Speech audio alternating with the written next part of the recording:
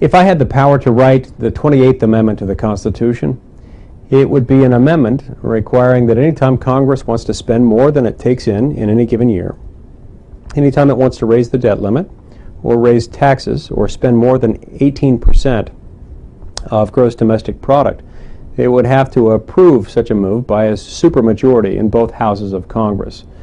If we did this, it would be difficult and rare, but still possible where necessary, for Congress to spend money that has yet to be earned, spend money that will have to be paid off someday by a group of Americans who may not yet be old enough to vote and who might not be represented in Congress.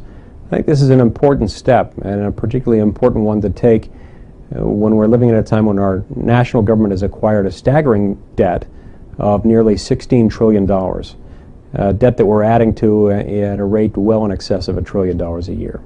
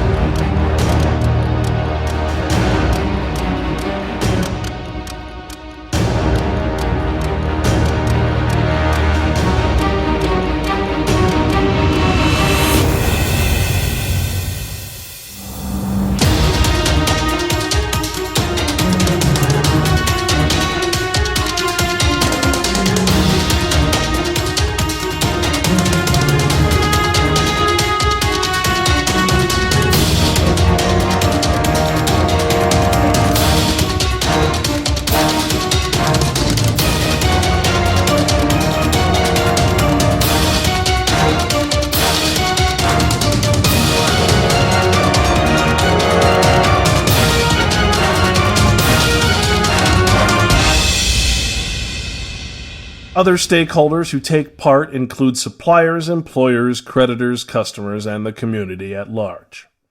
Now, also very important to understand is the next sentence, which states, in corporations, the shareholder delegates decision rights to the manager to act in the principal's best interests.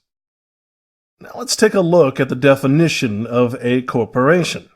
A corporation is an institution that is granted a charter recognizing it as a separate legal entity, having its own privileges and liabilities distinct from those of its members.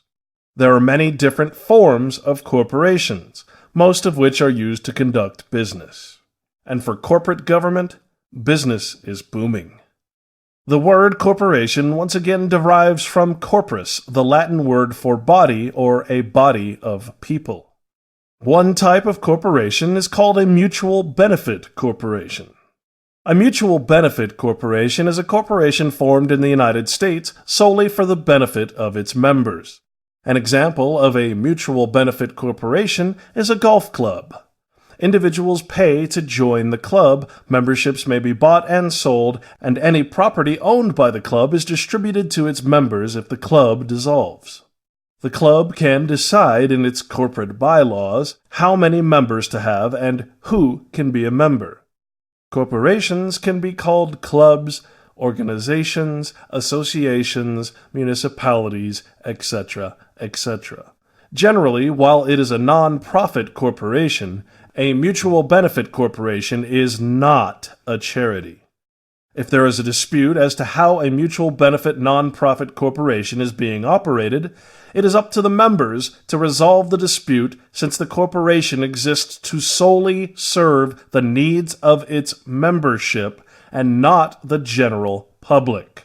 Very important. In the United States, corporations are created by filling the requisite documents with a particular state government.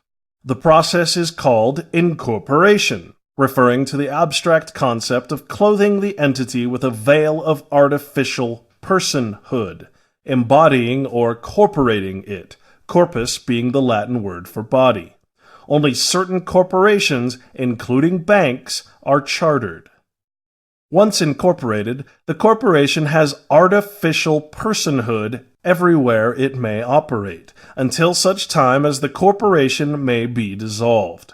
A corporation that operates in one state while being incorporated in another is a foreign corporation, and we'll talk about that in a moment. A corporation is legally a citizen of the state or other jurisdiction in which it is incorporated. Many large corporations are incorporated in Delaware, for example, without being physically located there because the state has very favorable corporate tax and disclosure laws. As juristic persons, corporations have certain rights that attach to natural persons. In other words, you and me, human beings, natural living beings with a soul. But a corporation has no constitutional right to freely exercise its religion because religious exercise is something that only natural persons can do. That is, only human beings, not business entities, have the necessary faculties of belief and spirituality that enable them to possess and exercise religious beliefs. Once again, because human beings have a soul. And finally, we come to a government-owned corporation. A government-owned corporation, state-owned enterprise, state enterprise, government business enterprise, or parastatal, is a legal entity created by a government to undertake commercial activities on behalf of an owner government. Government-owned corporations can be fully owned or partially owned by government. As a definitional issue, it is difficult to determine categorically what level of state ownership would qualify an entity to be considered as state-owned, since governments can also own regular stock, without implying any special interference. As an example, the Chinese Investment Corporation agreed in 2007 to acquire a 9.9% interest in the global investment bank Morgan Stanley, But it is unlikely that this would qualify the later as a government-owned corporation.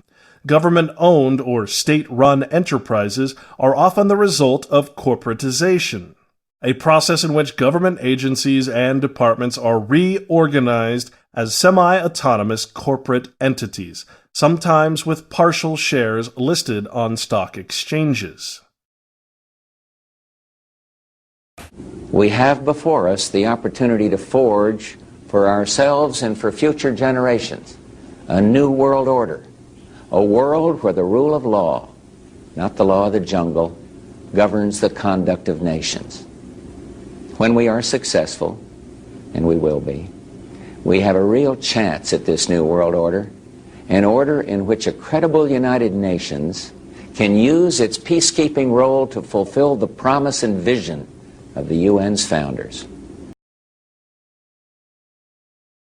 We begin with a story of sex slaves, underage girls, a billionaire, murder, a prince, and at least one former U.S. president. What has been the biggest scandal in the UK since World War II has now come to the U.S., and it may involve former President Bill Clinton.